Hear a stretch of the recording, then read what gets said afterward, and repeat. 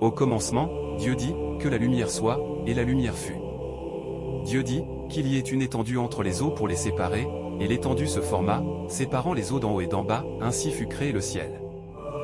Dieu dit, que les eaux qui sont sous le ciel se rassemblent en un seul lieu et que le sec paraisse, et il en fut ainsi, la terre ferme apparut et les mers furent formées.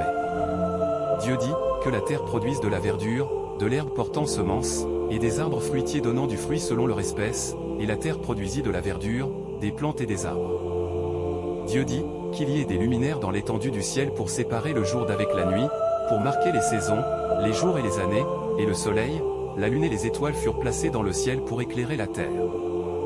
Dieu dit, que les eaux produisent en abondance des animaux vivants et que des oiseaux volent au-dessus de la terre, et les grands poissons ainsi que les oiseaux furent créés.